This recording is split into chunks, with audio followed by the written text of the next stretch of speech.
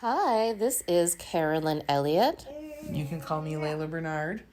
and you are listening to the Sleepover podcast. Tonight, Layla and I are hanging out in my living room in Pittsburgh with my daughter Lulu. And we just got done. I helped Carolyn climb up into her spooky Pittsburgh attic to get down all of her Midwest mom Halloween decorations.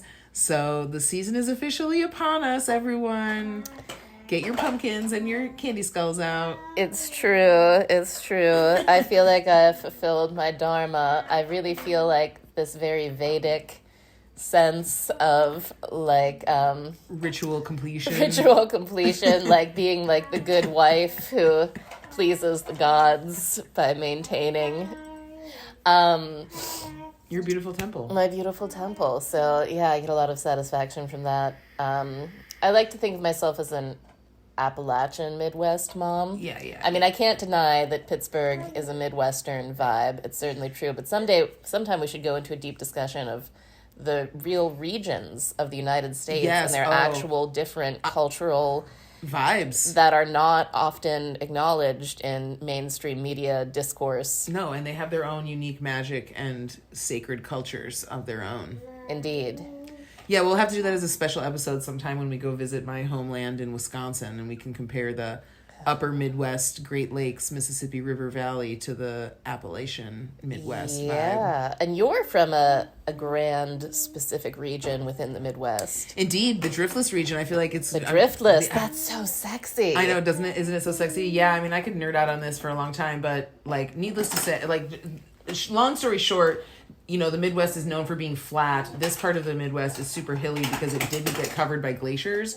So people have been living there, like, uninterrupted since before the last ice age. There's, like, sacred yoni caves and all kinds of, like, Thunderbird, Paleolithic, you know, Turtle Island art. Just, like, in people's backyards.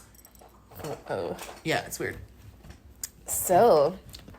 Pittsburgh and weird vortexes. Of hilly Midwest... Riparian, underworld, serpent. Primeval beauty. Indeed. So we were... Right. Naughtiness goes hand in hand. We were going over the tenets of our gospel, of the sleepover gospel, and naughtiness goes hand in hand with deep truth realization. It's true. I mean... Who can deny that the true divine is a trickster? Oh, yeah. I mean... woo! And if you think they're not, that's like the classic, you know, if there ever was the thing that the devil did, it's convincing you that the devil didn't exist. Right, and if there ever was a thing that a trickster god did, it was convincing you that there was some other guy who was the trickster god. Look, I tell it to you straight, man. Just, you gotta trust me. You gotta trust me, yeah, exactly. That guy tells you only lies. That other guy, he's lying. The liar says. Those fucking sphinxes, goddammit. Oh, man. I used to love that riddle. Remember that riddle? Oh, God. Should we talk about the riddle? The Sphinx's riddle? Well, the riddle of, like, there's two lions sitting outside a door, and you want to know, like, which of two doors you should go in. And one of the lions always tells the truth, and the other one always lies, and you only get to ask one question. Yeah, I hate that riddle because I can never figure it out. Oh, yeah. Well, if you want to send me an amazing Instagram message and tell me the answer to the riddle of which question you would ask in order to get into the correct one of two doors, if you could only ask one question to the lying sphinx and the truth-telling sphinx, I would be very happy. Maybe I should think about it for a second because I haven't tried it for a long time. I'm prematurely resentful. So let's see. There's two doors, and behind one is certain death, and behind one is eternal life. Ha ha ha. And there's two lions, and one of them always tells the truth, and one of them always lies. So the first lion says... So you walk into the room, and you get to ask one question, and then choose one door, and whichever door you open, that's the door you get. Certain death or eternal life. Oh, so you have to know the question to ask. So there's one question that will get you will get you the information. Maybe we'll table it, and then in the next episode, Carolyn can show off her guesses to the questions. Oh, gosh. And in the meantime, people can text me on Instagram their guesses because I love that weird shit. This is like my dad. This is me paying homage to my dad with weird riddles. Oh, adorbs. Adorbs. And by the way, thank you to everyone who has reached out on Instagram with all of your love. We got our first tip from an amazing listener, my friend Meredith. Shout out to Meredith. Yeah. We haven't made it to the coffee shop yet, Meredith, but next time we are definitely going to drink kava and we'll be singing your praises. So, yeah, we're always welcome to have our drink spot. Sweet. So, what was I thinking? I was telling naughtiness. I was telling Layla a story about a rather divine kind of naughtiness that I encountered in a person that so this was a person who I met on Tinder. I believe you said it was this guy you were fucking on Tinder. Yeah. Okay, this guy I was fucking from Tinder. This is the uncensored podcast, Carolyn. This is not your lecture hall at UPitt, okay? This is when David and I had first started seeing each other and weren't yet exclusive. And he was a really sweet guy. He was funny. He was enthusiastic. And smart, sweet. Good dick. Yeah, good. The full package. The full thing. And we were having a nice time together. And he was like a triple or quadruple Aries. He had an Aries stellium. And at the time, I was just getting, and I still do this at the time, all the time. I ask people about their birth chart information when I meet them, because the way that I learn to understand the signs is through encountering them in people. Right. And so I pay attention, especially when I find out that somebody has a stellium. I'm like, oh, cool. I'll get like a pure concentrated blast for my scientific studies. So this is part of my scientific studies. So hanging out...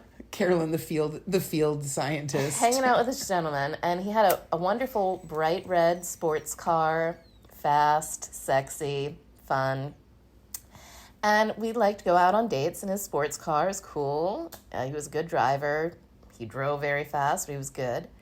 And one night he came to pick me up in the red sports car, gonna go out to dinner, awesome. And there was no passenger seat in the car. And I was like, did it break? I was like, what? And I was like, hey, young man. I mean, I called him by his name. I'm keeping him anonymous. You're doing great. I was like, where's the passenger seat? And he was like, oh, I took it out so the car would go faster. Isn't that awesome? It goes like a mile faster now per hour. And I was just like, okay. So I sat in the back seat. We went out. And, there was no malice in it. He wasn't trying to slight me. Right, he wasn't trying to make you feel like a piece of trash having to sit in the back seat. No, it was just he was having fun with his car, and I was enjoying the fruits of his fun. It goes faster now. It's better. It's a better experience, Carolyn. Yeah. Totally. And, that's such a, delightful, sweet, self-serving form of naughtiness. So, yes. And that naughtiness was the second most Aries thing that anybody has ever said in history. Right. Removing the passenger seat from your red sports car so it can go faster is basically, the definition. And picking up your date in right. Right. With no sense of self-consciousness. That is basically the definition of Aries. Yeah. And so then I learned the first most Aries thing that anybody has ever said, which was... Same guy. I was having sex with this guy, and it was fun. We were having a good old time. We were in the scissors position, and I was enjoying myself. And he said, I'm so glad I invented this position. And I was like... What? And then he was serious, and so I was like, well, you know, there's been thousands of years of human evolution and the Kama Sutra. I'm pretty sure some other people have had sex like this before. These bodies have been in this configuration for long enough, and this is an activity that enough people enjoy that, like, the iterations have been covered, my friend. There is nothing new under the sun, truly. It was not even a very weird position. Right. It was kind of an obvious one. But he was just so in his delight at having invented it. He thought about it. He was like, no, I invented it. And I was telling Layla, this experience with this gentleman was a really fun, deep one to ponder, because it was like he had self-centeredness, but there was nothing insulting about it. It was just so pure and so delighting and so childlike, even though about adult themes, that sweet, very sweet. Right, and I mean, I think that's, like, such a great way of seeing all naughtinesses, too, Carolyn, is that, like, certainly were you to wish to suffer, you could have looked at him, you know, taking out the passenger seat in his car and making you sit in the back as, like, a hugely personal insult that meant that he did not care about you and did not exalt you. Certainly you could have suffered over it. And certainly you could have been, like, you know, screwing this guy and hearing him say this stupid shit, like he invented sex. Like, how self-centered and, like, ignorant do you have to be to imagine that? Like, you could certainly decide that he's an idiot for that, but, like, why? Like, truly, actually, why? Who is harmed? He's in his delight. And this is, like, really, I feel like the secret is that, you know, all of these, like, so-called naughty, bad, terrible things that we're also afraid of doing and are, like, so taboo and bad, like, when we are really inhabiting the innocence of the illuminated, real knowledge of what is going on here, like, other people find it charming, actually. I mean, it becomes much less naughty because its intention is not rooted in, like, self-hate, suspicion, remorse, guilt. It's, like, really just coming from this, like, oh, well, I wonder what that does. Child place that, like, really turns everyone on. Like, everyone loves that sense of innocence. Mm-hmm. And so even the less pure or Aryan expressions of naughtiness, I certainly love, like, some Scorpio expressions of naughtiness. Hell yeah. Well, yeah, I mean, this axiom of the gospel, this tenet of the gospel is really just the deep truth that all naughtiness is part of the grand whole. And, you know, naughtiness is maybe the better word for evil. You know, like... It's less judgmental. Right, exactly.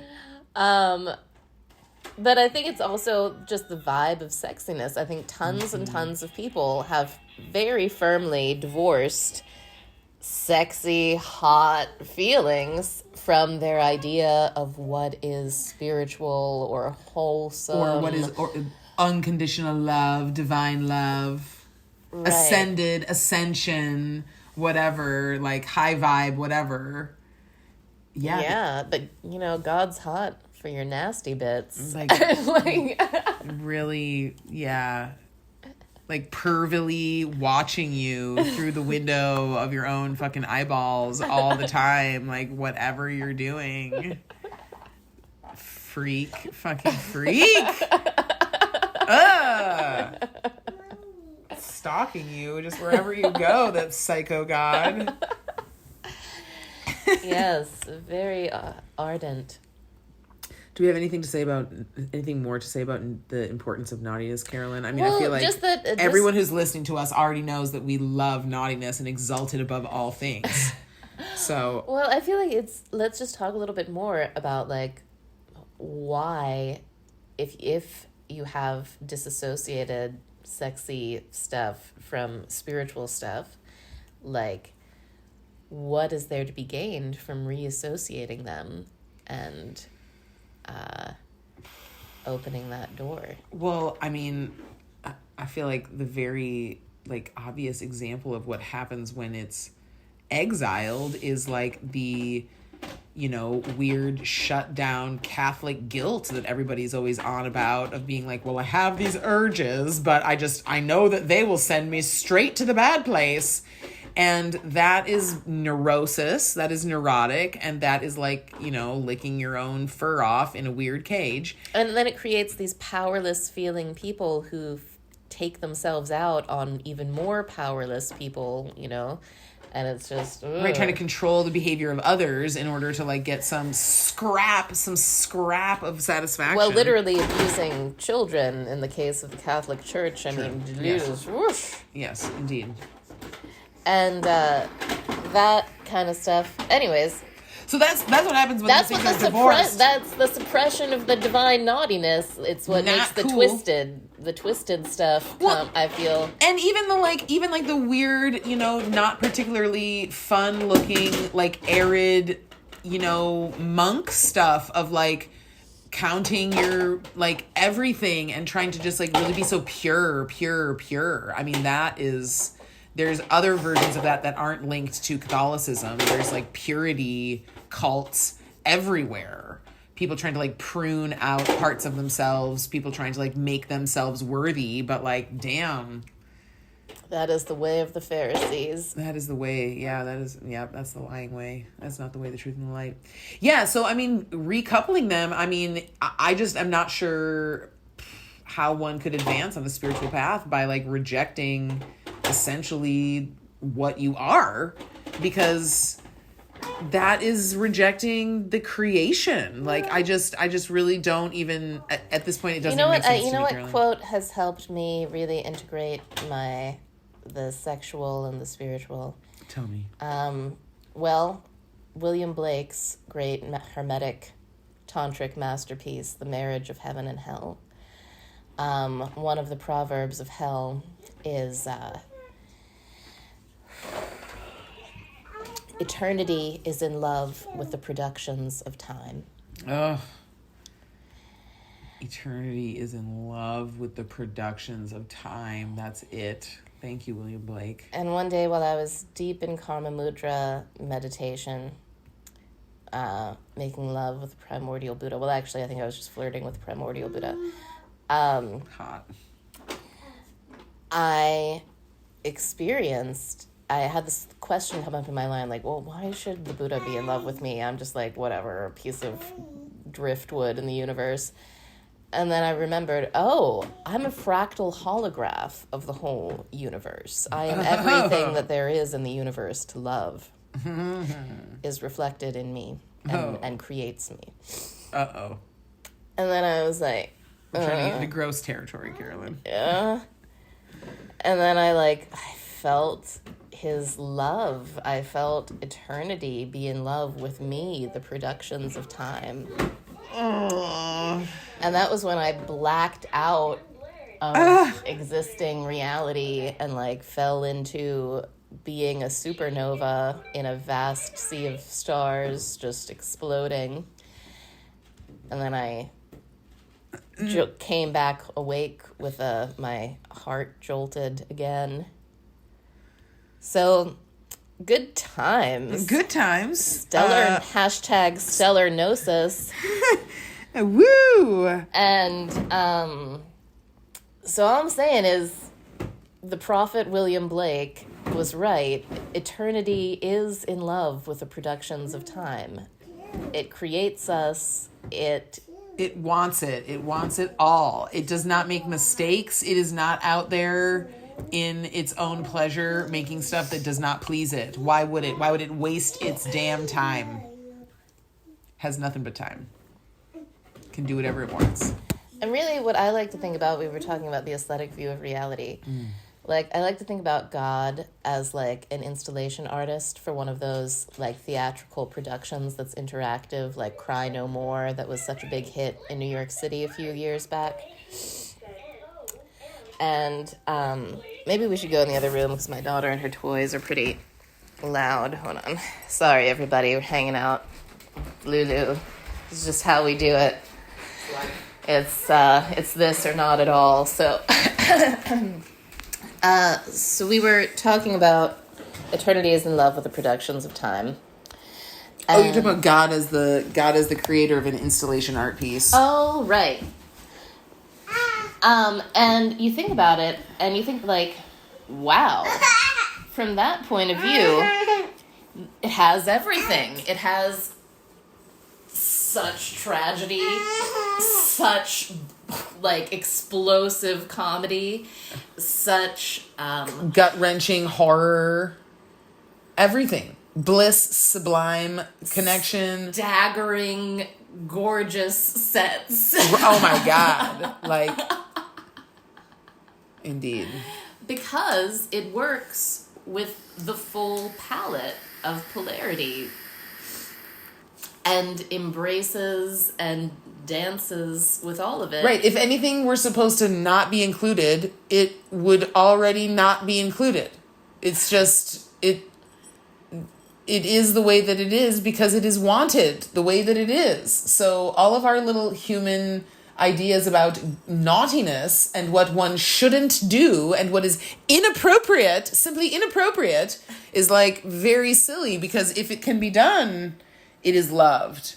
And the paradox there is that as we open to like how fucking loved we are for all of the stupidest, dumbest, crazy things, we're like way less neurotic and driven by the pain of fear of not being loved. And so all the tragic, weird stuff that is fine and okay anyway just happens in our personal experience much less.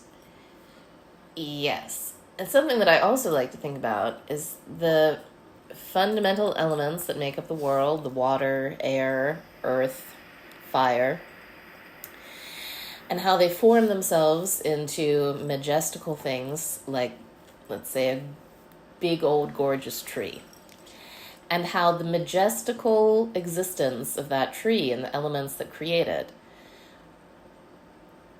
are precisely only exist in relationship to the most horrific act of war, because that tree exists in a universe of elements that can put themselves into the configuration of humans with the drives and everything and the distortions. That is where that tree exists. It is not possible without all of the rest of everything. And that is what has taken me into my grokking of the great prophet William Blake's, line about to see eternity in a grain of sand or heaven in a wildflower. If we could open the doors of perception, man would see everything as it truly is, infinite. It's like the tree of that fractal Taurus sneaky motherfucker. That Taurus tree is just...